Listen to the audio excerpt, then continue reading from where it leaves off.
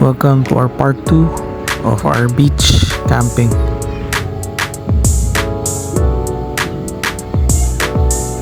So habang nagbibilad sila doon sa beach, ako nagtatago ako dito sa aming awning. Super init. I'll show you pala tong gamit naming all-purpose hook. Ang bilis siyang gamitin kasi magnetic siya, so I can just put it in any part of the car. So like in the outdoor, helpful siya sa amin kasi mas mabilis kami magpatuyo, especially dito sa beach. Sabit ka lang ng sabit.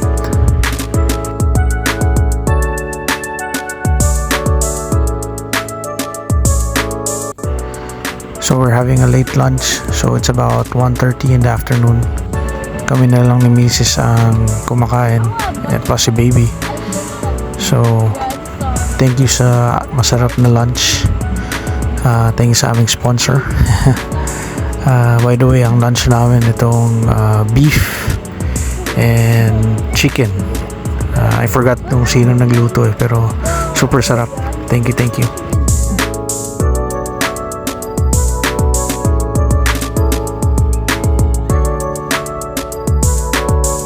Super peaceful ng lugar, so siguro matutulog muna ako.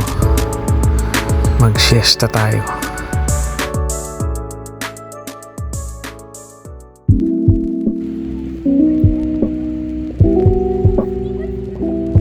Isa to sa mga gusto ko kaya beach camping kasi yung sunrise and sunset. Ito, pink purple sunset. Ganda. Thank you Lord for this.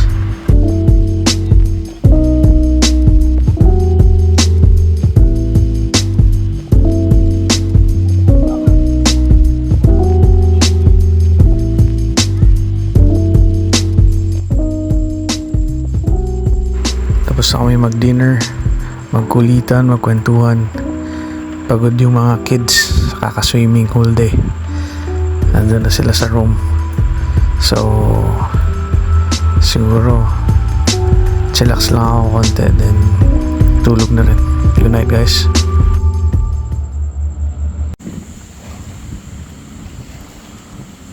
It's a sunny morning. Nag-start ako mag-walking dito sa beach. Ang sarap talaga pag early in the morning, solo mo yung beach. Tara, check out natin tong beach resort. I'll show you around kung ano meron sila dito.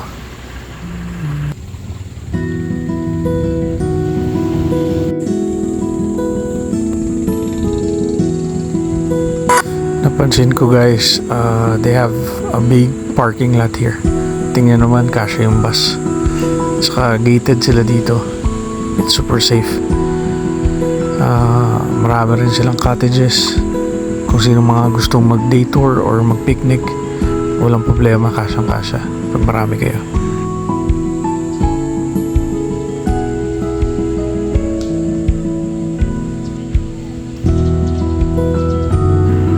Right now pala, merong nag-team building dito ng company. So, pwede rin dito mag-outing, team building, mga big companies kasi malaki yung area nila dito. Yan pala yung office nila sa left side.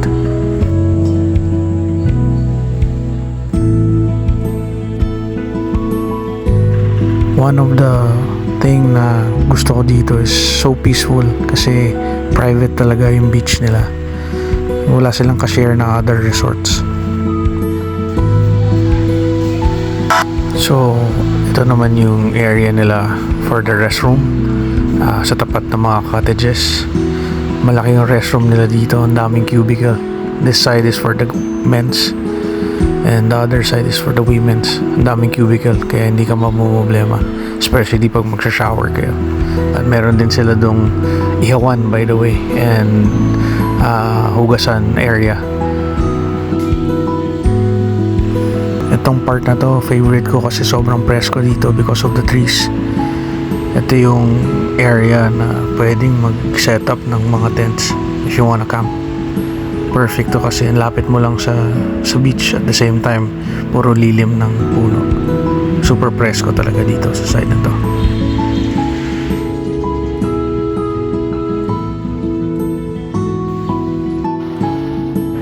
syempre after breakfast, balik agad, swimming agad. We'll show you kung ano yung setup namin dito sa beach camping. So, ito ang aming mumunting setup. So, let's start with the awning. Hindi pwede mawala yan, rain or shine. Then, sometimes we put awning extension for our pop-up room. Then, itong camo na bilog na to, this is our hamper or lalagyan ng labahan, especially the dry. Kailangan pag maraming kids. So, hindi na kami nagbabag. So, tour na lang for our clothes. Then, we have a bamboo step para mag-cleaning ng foot. Nakalimutan nga lang namin yung water pump para makapaghugas ng paa. Para malinis dito sa aming dining and rest area, we put rugs for comfort. And yung ref namin nandun sa loob ng van, we don't put it out para sa aming goods. Siyempre hindi mawawala mga camping chairs. Then this are another tour with VA box bag. Panalo tong VA box bag kasi super useful niya, especially the pockets outside. Ready siya all the time. Hindi mo na kailangan maghalongkat sa loob ng box. Andiyan na lahat sa labas. Kukunin mo na lang. Dala namin tong tour lagi. Ito yung lalagyan namin for jackets or pang swimming. Then ito yung back of our van, our kitchen. Dito rin nakalagay yung mga ibang camping stuff sa other drawers. Then our hooks. Pasensya na po sa mga nakasabit. Hindi po yan binibenta. By the way, ito yung aming drying cage kung saan kami nagpapatuyo ng mga pinaghugasan. Safe siya kasi nakahang.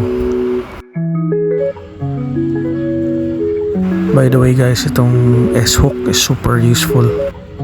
Marami kang pwedeng paggamitan dito. Katulad dito sa kitchen, I use it for the hooks of the pans. And pag mga marami kang kailangan isabit na mabilisan, may different sizes din siya, small and big. So that's our kitchen. Then meron din kaming 270 awning, pero di namin need sa setup na to, so we don't open it. Ito naman yung aming hanging rack. So matibay siya and durable.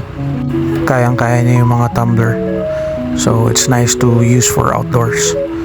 Favorite ko siya kasi all-purpose din siya. Kung anong pwede mabilisan ilagay. So yun lang yung aming simple setup on this beach camping. Medyo nag-high tide na and lumalakas na yung hangin. Sleepy na baby girl ko. So, dahil nag-request sila, luto muna tayo ng snack.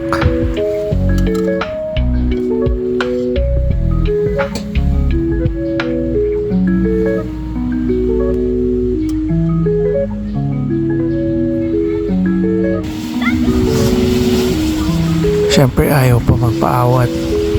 Swimming pa hanggang kaya.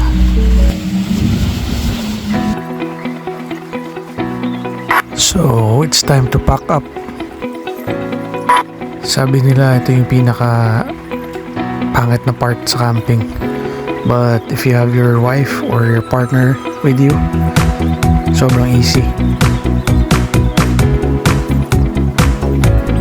Plus, hindi mainit this time. Super hangin kaya hindi nakakapagod magayos.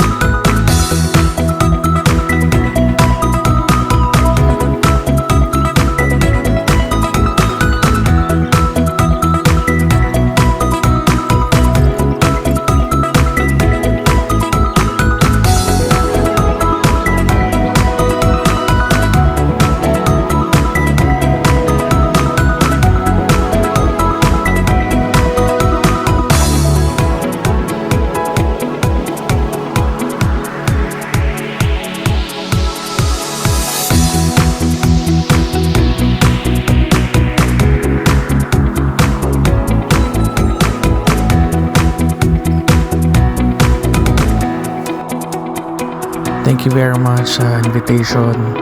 Thank you for having us.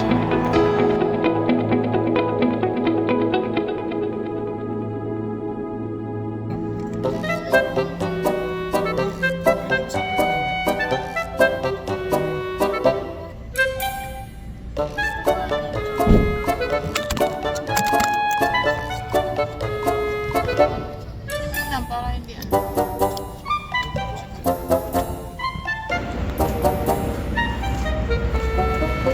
Let's go, guys.